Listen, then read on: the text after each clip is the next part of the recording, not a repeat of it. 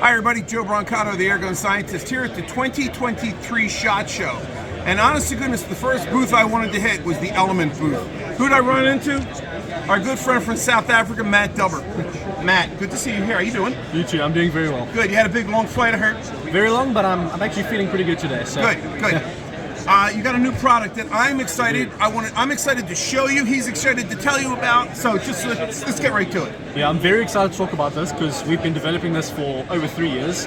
We actually started working on this before we launched Element Optics. Believe it or not. Wow. So it's older than Element. It's like, yeah, we've been working on this for a long time, and it is the worst kept secret. As you know, I've been kind of, everyone's been talking about it for the last few months, but finally. It's launching. It's the Element THEOS 6036x56 first focal plane.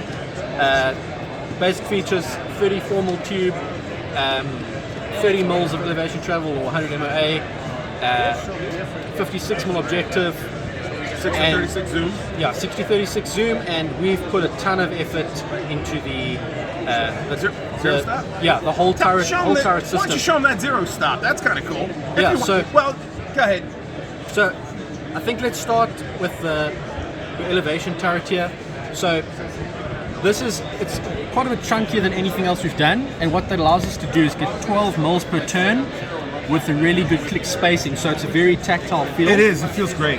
When you go onto your second revolution, let them see that a little bit. When you go onto your second revolution, the revolution indicator flag will switch over like that. So you're never gonna not know what right. turn You know if on. you're on the first rev or the second rev. Yeah, and then the zero stop is automatically set 5 clicks below zero. So all you have to do, let me explain that part, because I'm as excited as he is. I'm going to get in here and talk about it, man. But no, I want you to do it. So essentially, with every other scope we've done, what most people do, to set your zero stop, you have to lift the turret off and you're going to access some hex screws and actually set some sort of mechanism to where you want it. Yeah. With this, let's say you want your zero set right over there, okay? You take your turret cap off, do that by hand, no tools required. Lift the turret off, put it back onto zero, you line it up on zero. And there you go, that's it. Your zero stop is automatically set 5 clicks below zero. So now, to make that clear, because I had to see that twice, it's not like you just set it at zero and it'll go anywhere. No, when he set it to zero, okay, it's at zero. And that gives you 5 clicks over just for a little, because you always want a little extra, because sometimes you just need some. It's beautiful. Yeah. I don't know how you guys did that, but it's really, really cool. It's magic. Yeah, and it's a the 6-36. Yeah, the windage turret is capped. Right. But if you want to use it exposed, we include a thread protector ring which goes over the threads, stops them from being damaged, and just makes it look like it's not supposed to be a cap. Right, which is really nice. So that's nice. Yeah. Yeah. And then a lot of people think it's not illuminated because you don't see any knob here, but it is illuminated. There's a push button illumination system. Right. Hold the button in to switch illumination on, and then you can cycle through your 10 settings. Wow, that's fantastic. So a lot of people don't use illumination, and then this thing just gets in the way. Yeah. With this scope, if you don't want to use it, you don't even know it's there. Right. Let's see if we can get that. Hold on. Let me see if we can get that. Let's see if we can get. Yeah, the color's gorgeous on it. Let us see if you can get that. I thought it would be better blacked out like that. Yeah. Can you see it? It's really a nice, and it's 10 settings. It's 10 settings. You click on the number 7, and then you shut it off with a long click, and then when you turn it back on, it's back on number 7 or whatever you set it to. Exactly.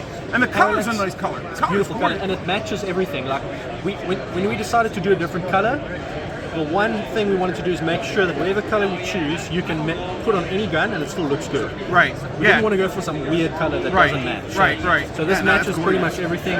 So what would you call, like a grayish, greenish? What is that? It is a nice color. Yeah, it's nice. It's like a gray, but depending on what light conditions you're in, it actually looks like it kind of adapts to whatever you're on. It's a cool color. Yeah. And then parallax down to 10 meters or 10 yards. So obviously usable on any air gun, any rimfire, whatever.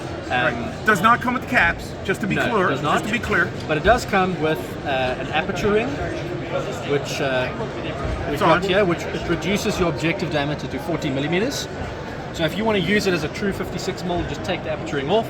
Gives you good light gathering performance, shallow depth of field. If you want to put the aperture ring on, you get a greater depth of field, but it reduces your light intake a little bit, Right. but it sharpens up your image as well. So if you're familiar with cameras, you know that when you want to get a lot of light, you open up your aperture, but you got less depth of field. You got to be more critical in your focus. Yeah. And you might want that because you just need more light. But then there's times when you've got enough light during the daytime, and you'd rather have it where you don't have to fool around with the focus as much. You just want to have a good long depth of field. Yeah. I got lots of light. It's noon. Who cares? So that's what that aperture ring does. That's a fantastic. So a field target shooter might want a very shallow depth of field so they can range precisely. Yeah. Whereas someone shooting PRS, you don't want to have to fiddle around trying to get on that steel target like precisely because you're on a time limit. Right. If you want to shoot bench rest, you can actually read mirage better. You get better sharpness and less chromatic aberration on your paper targets with the aperture ring on. So it's basically like getting two scopes. You get a 6-36 by 56, or you get a 6-36 by 40. Yeah, it's gorgeous. So it's something we wanted to do. Throw lever is included, sunshade is included as well. So it's a really cool Sunshade setup. is included? It is, yes. Another one. Oh, the sock? The sunshade. Sunshade. Yes, Sorry about that. yes. I'm hearing the neoprene cover is also but no, included too. sunshade. Sunshade. I'm thinking, you call this thing? Oh, the Tenebrex filter. Yeah. This is aftermarket.